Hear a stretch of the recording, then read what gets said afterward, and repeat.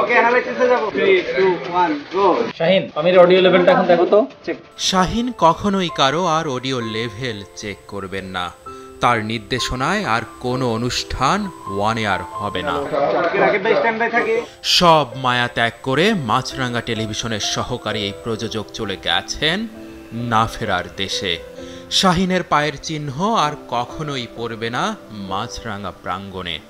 যখন পড়বে না মোর পায়ের চিহ্ন বাটে, আমার বাবাকে এনে দাও। 9 বছর বয়সী মেয়ে সন্ধির এই আর্তনাদেও আর ফিরবেন না বাবা শাহিন। কেউ তাকে ফিরিয়ে দিতে পারবে না। মাত্র 1 মাস বয়সী দ্বিতীয় কন্যাটা কিছু বুঝে ওঠার আগেই জীবনের সবচেয়ে মূল্যবান সম্পদ হারিয়ে ফেলেছে।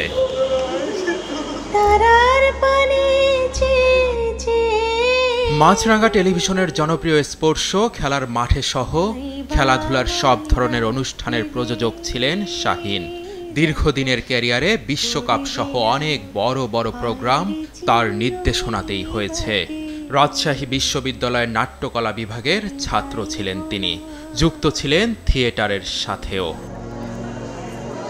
হঠাৎ অসুস্থ বোধ করায় মিরপুরের একটি হাসপাতালে নেওয়া হলে সেখানেই শেষ নিঃশ্বাস ত্যাগ করেন।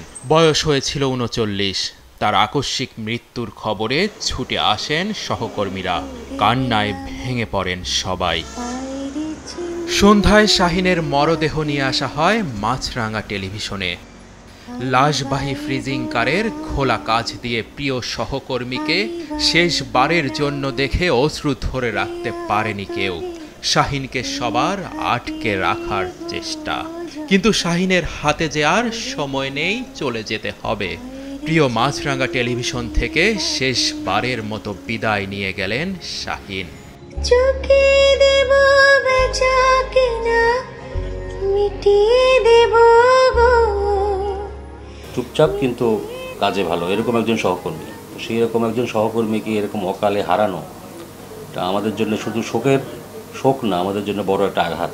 তার 2টো বাচ্চা আছে, একটা বাচ্চা তো খুবই অল্প বয়সী, 1 মাস মাত্র। আমরা সহকর্মীরা খুবই আন্তরিকভাবে ফিল করছি যে এ ব্যাপারেও আমাদের কিছু করণীয় আছে, এবং এটা নিয়ে ম্যানেজমেন্টের সঙ্গে আমরা কথা বলবো, এবং আশা করছি যে যতটুকু করা সম্ভব এই দুঃসময়ে তার এই ফ্যামিলির পাশে দাঁড়ানো।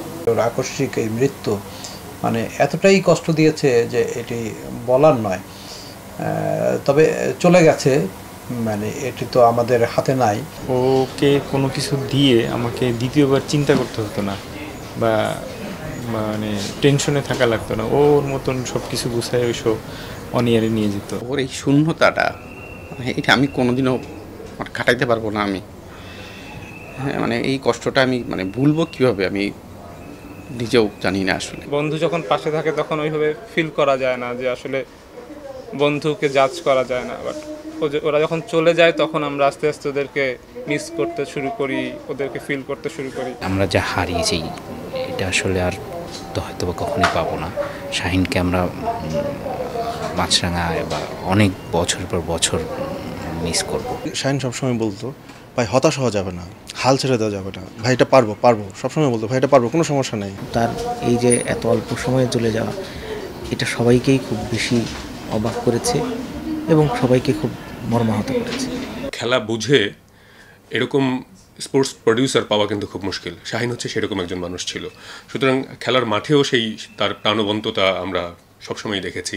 সব কিছুই আসলে সে খুব স্মুথলি ম্যানেজ করে ফেলতে, এবং দীর্ঘদিন কাজ করায় আমাদের কখনো কোনো বিষয়ে মনোমালিন্য বা এ ধরনের কোনো সমস্যা হয়নি।